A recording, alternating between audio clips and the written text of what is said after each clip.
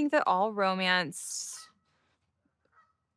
novels, stories, movies, function on some level of, like, wish fulfillment. I think that everybody really wants to have, like, um, a literary love story, and I think that that's kind of what everyone's chasing, for better or for worse. I don't know if it's always a good thing, but I think that, I think especially that idea of, like, a missed connection, of, like, the what if, the sliding doors of it all. The, like, what if I had made that choice when I was that age instead of this choice?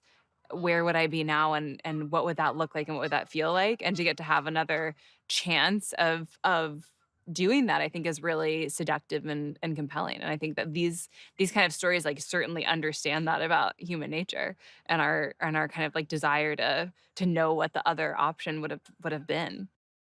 Something that I'm always interested in when I'm reading, something, is everything that's kind of, like, happening not on the page, everything that's kind of, like, not said. And I think for Jenny, obviously, we have a ton of stuff that we only ever kind of get to put together after the fact, and I think that that's always, like, a fun acting assignment for me personally, and I think I'm always interested too in, like, why people make bad choices. I think that's something that I often explore in the characters that I play. I don't think I've ever played a character who was, like, doing great.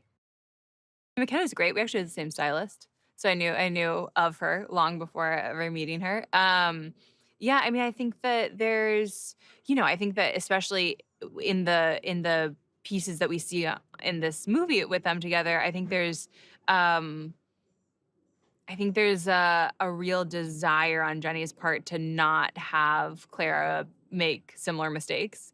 I think that there's a real awareness of the weight of the choices that Jenny's made and the ways in which they're affecting her life and everyone else's lives. And I think it's always interesting as I get older and as I have younger friends and friends' babies and children, to just kind of like to understand and, like, see the things that, like, really activate you into, like, trying to make that person not make that choice, Like, it's always interesting to see, like, what those triggers are, and I think that we certainly see that for Clara and Jenny.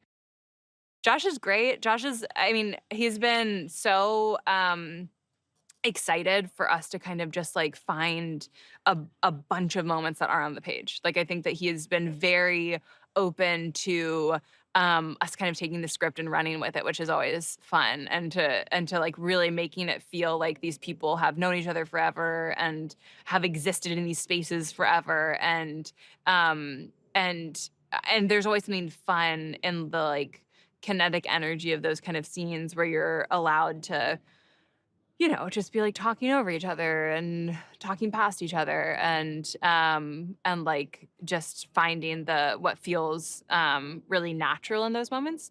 That's not always the task, but I do think that, like, naturalism is, like, it definitely seems like something that Josh is really interested in, and that's a fun thing to find on set with everyone. It's certainly gonna be a movie that people cry in. I think it's certainly gonna be a movie in which people feel complicated emotions towards, Chris and Jenny. I think that there'll be some complicated feelings about Claire's love for those 2 characters. Hopefully, there's some, like, real funny stuff in it too. I think there's some, like, really funny scenes and character moments, and, I think it's got a lot of things that will appeal to a lot of different people for different reasons.